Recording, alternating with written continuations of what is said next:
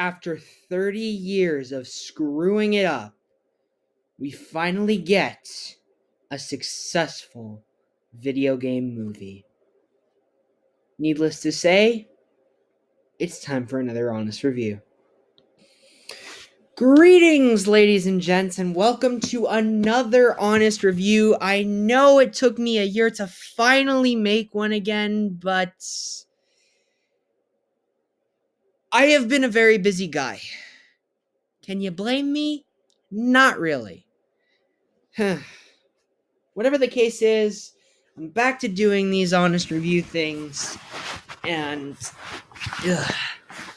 what better movie to start it off with than one of the most anticipated and also currently one of the biggest video game adaptations of all time. I'm talking about the Super Mario Bros. Movie, if you couldn't tell. For context, this is the second time Mario has been adapted to a theatrically released movie. The very first time he was adapted into a theatrically released movie was with the 1993 live-action film, which was also the first ever video game movie adaptation. It did not do well with critics nor at the box office, and scared Nintendo into ever making a movie again. But in 2017, it was officially announced that Mario would be returning to the big screen with the help of Illumination, who were most famous for Despicable Me and the Minions. Suffice it to say, people were not really thrilled, but they were excited to see that the famous fat Italian plumber was making it back onto the big screen. And considering the success of video game movies like Pokemon Detective Pikachu, the Angry Birds movie 2, and both Sonic the Hedgehog films, the excitement for this movie kind of grew. Until the casting was announced on September 23rd, 2021. People freaked out at the celebrity voice casting, but I mainly freaked out at the directors of this movie, Aaron Horvath and Michael Jelenic, who are famous for writing Teen Titans Go. And if you know me, a major DC fan, you know I hate Teen Titans Go. It terrified me to the brim, to say the least. However, by the time the first trailer released in October of 2022, things got a little bit more hopeful. The animation was looking stellar, the voice acting seemed really good, and overall it seemed like it was going to be a very fun movie. And it was finally released in April of this year. And I finally saw it. I'm going to probably see it again in a few days. But before I do, let's get this honest review out of the way and see what I thought of the Super Mario Bros. Movie. Alright, let's get to it. So, what's the plot? Well, there isn't really much of one. I know that seems a little anticlimactic, but you have to understand this. The games weren't really focused on story. Aside from Paper Mario and its sequel, The Thousand Year Door, and its threequel, Super Paper Mario, as well as the Mario Galaxy games and Super Mario Odyssey, Mario was never really big on story. It had a simple synopsis plotline. Bowser wants to take over the Mushroom Kingdom with Peach at his side, so it's up to Mario to stop him. That, my friends, is it. Lots of critics complained about the Super Mario Bros. Movie not having a very good plot. I have to say, I understand where they're coming from. What I don't understand, however, is why they are expecting a huge plotline in a movie that is titled The Super Mario Bros. Movie.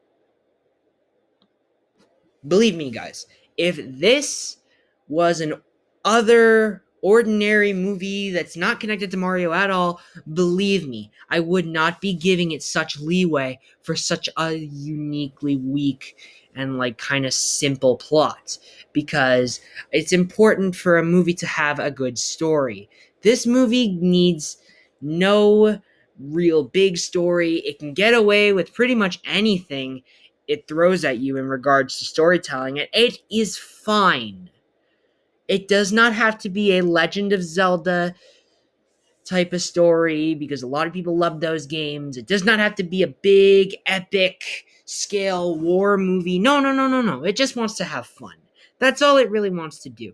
And that's how simple the story is. So I'm not going to be talking mainly about the story. I'm going to talk about the fan service because the fan service is the big part about this movie that I was going to see it for as a major, major, major Mario nerd. Believe me, they deliver on the fan service. You're never going to ask yourself, when do we get to see a certain character? There are tons of references to a ton of characters in the movie. We'll start with some of the minor ones before we get to the major ones. You have a wide variety of Mario enemies and Mario species to choose from. I noticed, obviously, a lot of them. We've got the eel from Super Mario 64. We've got the Cheep Cheep from pretty much all of the games, bloopers. We got this weird thing from New Super Mario Bros. U. Hold on, I'm going to look up what it's called. Brom balls. They're called Brom balls. I did not know that until today. We got Brom balls. We've got some of the classic Mario enemies that you will expect to see in anything. You got your Goombas, your Koopa Troopas, your Spinies, your Dry Bones, your Piranha Plants. Surprisingly, we didn't see Buzzy Beetles. It doesn't really bother me too much. There are a lot of things that like fans of the games are going to point out, but like we did not get every single enemy. Like we didn't get Lakitu either. Maybe in the second film we'll get enemies like Buzzy Beetles and Monty Moles, Hammer Brothers, and Lakitus. But right now we're stuck with pretty much the basic three. You have Koopa Troopas, Goombas, Piranha Plants, and then also Spinies and Dry Bones. That's about it for those. Yeah. Aside from that, you also have your Super Mario Galaxy reference in there with the Luma Lee, who I think is pretty funny, although I am a little pissed off that people keep calling the Luma Lee just a Luma. There are different species of Luma in Mario Galaxy. There's the regular Luma, and then the Luma Lees are the ones that you feed the star bits that give you 1-ups and 6 health points. That is very much what the blue thing was. So maybe that hints at Rosalina appearing in a future sequel. I'm not really sure. The inclusion of it was pretty cool. She was voiced by Juliet Jelinek, who is one of the director's daughters, Michael Jelinek's daughter. So that's pretty cool. Yeah. Aside from that, the allusion to Yoshi in the middle and a little surprise towards the end. I told you this is a spoiler review. You should have read the description. It's a spoiler-full review. So sorry. Yeah, Yoshi makes a cameo at the end. And then there's also a lot of Donkey Kong references in there. Diddy Kong and Dixie Kong made an appearance. And then some of the Donkey Kong 64 characters made appearances as well. Yeah, like I did not expect that at all. That's kind of a weird little stretch, but you know, it's a movie celebrating Mario. That's what I saw it as, definitely. But of course, we have to talk about the core cast of characters that appear in this movie. We of course have the Mario Brothers themselves, and they are voiced by Chris Pratt and Charlie Day.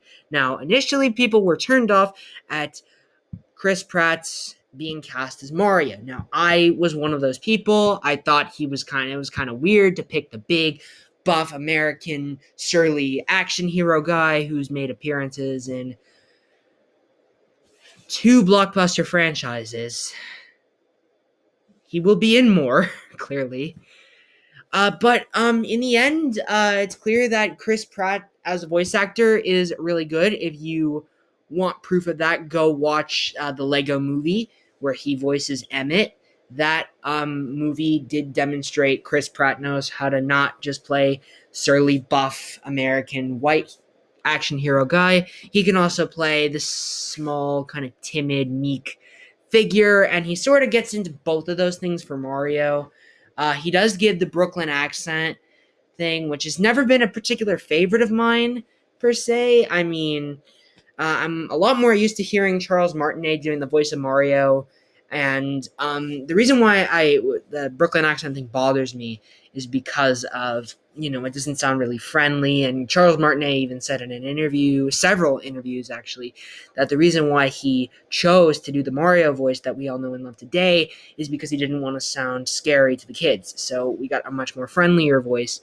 But Chris Pratt gives a very friendly performance as Mario. I thought he did a great job.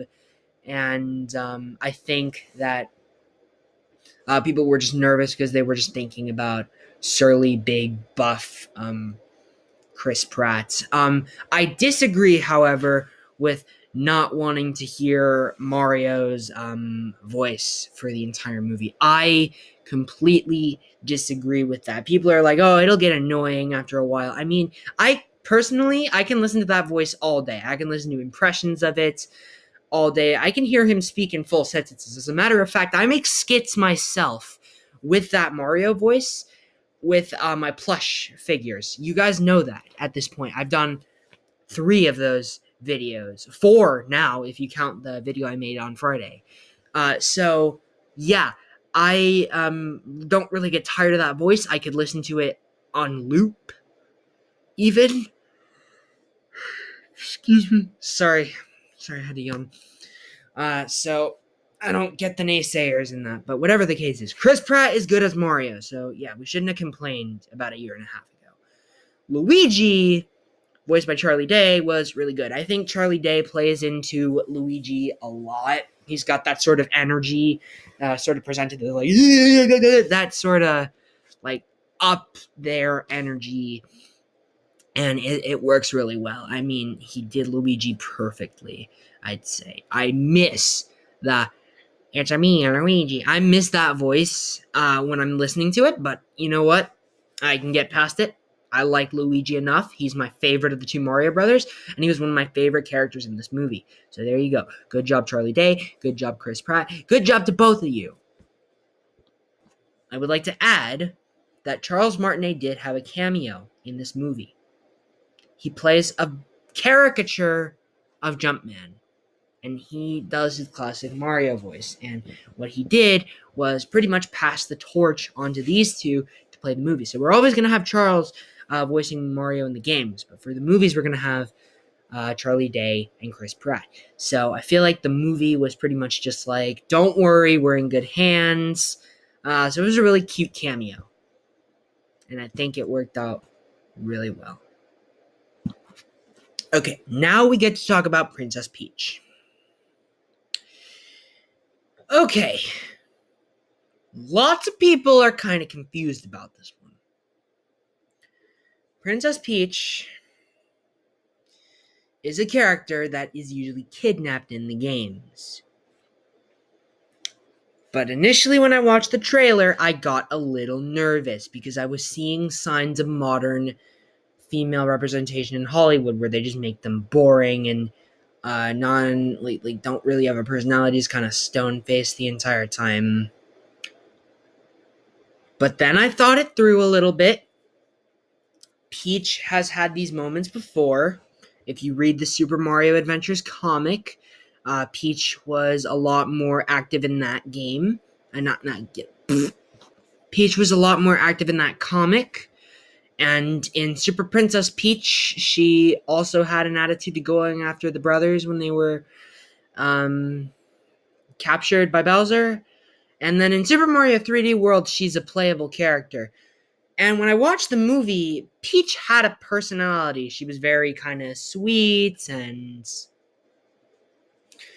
very timid. Not timid, sorry. She's very sweet and confident. She had a personality.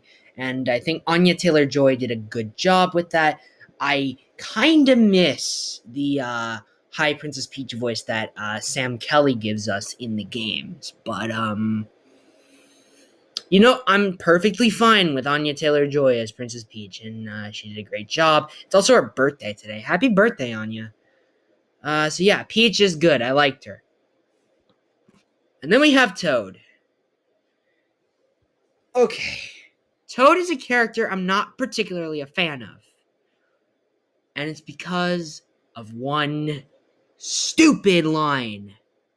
Thank you, Mario, but our princess is in another castle. That was the bane of all 80s kids, and you know it. But then other than that, then you have the screechy voice, and then just...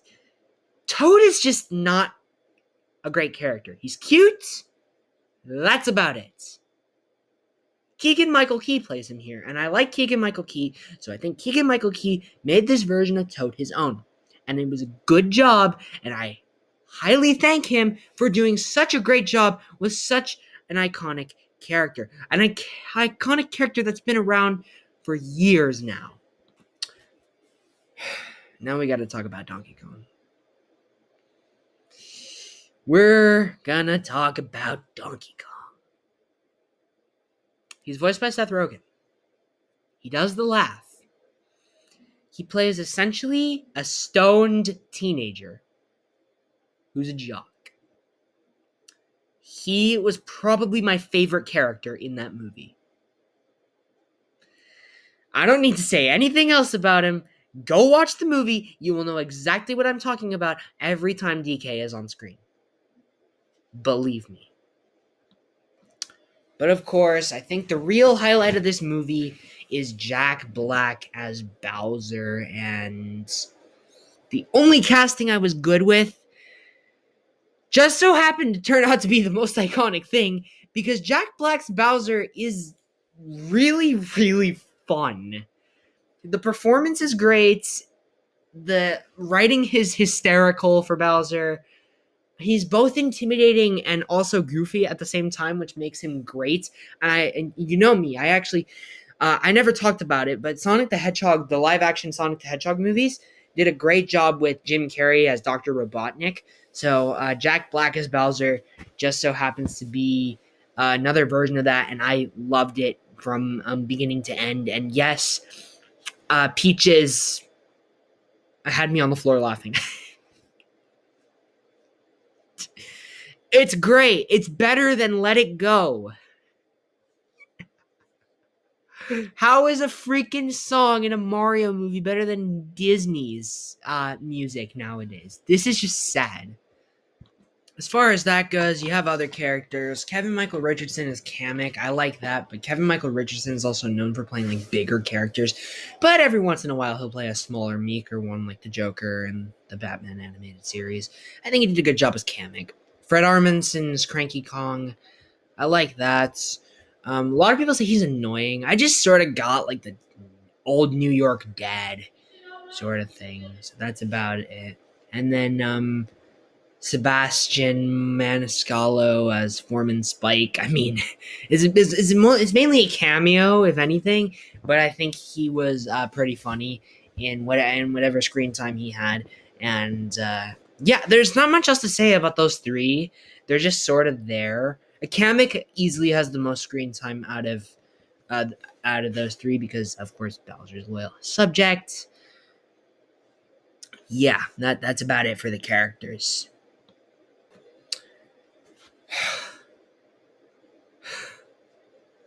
The animation is absolutely gorgeous.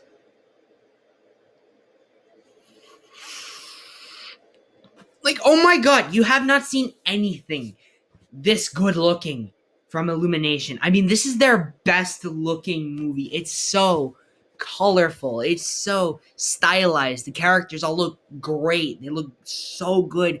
And like they look a lot like their video game counterparts. It just looks incredible. It's an incredible looking movie, and I fully recommend you check it out. Just for the animation, even if you're not there for the movie itself, for the fan service, which I was there for the fan service, and I'm gonna go again because I liked it so much. And then the music. As a longtime fan of these games, I did catch a lot of the musical references. Let's talk about them. I think the most references we had from one single game came from the first Super Mario Brothers game. Like I heard the main theme, the underground theme, the underwater theme at one point. Starman. That's in every game or most games. I'm surprised they didn't do the I'm Invincible one, but maybe next time. We also have a few musics from a few other games. Super Mario 64 is one I caught. Super Mario Brothers 3 is one I caught. Like the airship theme is used at one point. Luigi's Mansion's theme is used. The Super Mario Brothers rap from the TV show, they used that, but you probably saw that with the trailers or the like little teaser snippet that they gave us. The Donkey Kong rap is in it, but they didn't credit Grant Kirkhope, who wrote it and performed it. I know that's sort of like, yeah, but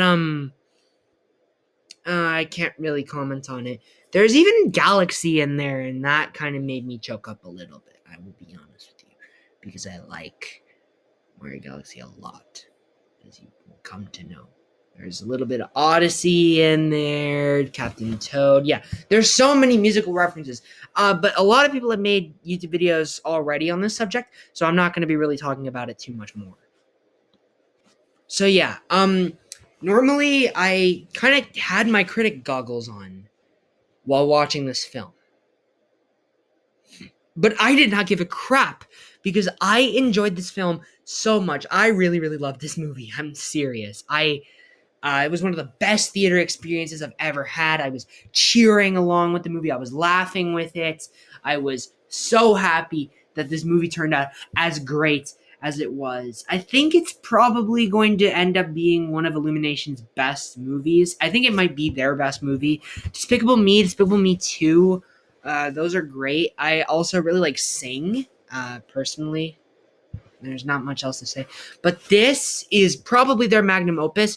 And if they stray down this route by making video game adaptations for Nintendo, then that would be really good, and I will be really happy. So maybe Donkey Kong Country, maybe Kirby, maybe Legend of Zelda, maybe Metroid, maybe Star Fox. Yeah, that's a good future for Illumination. And if not, then just do Mario, whatever. 10 out of 10. The end, baby. The end. Go check it out. All right. I know it's weird that my honest reviews have not been so present lately, but I will be making more. Believe me, this year will be a year full of honest reviews. I'm going to do some movies that I missed last year and a few others that will be classic. So with that said, thank you so much for watching, and I hope you guys are having a wonderful day. Peace out.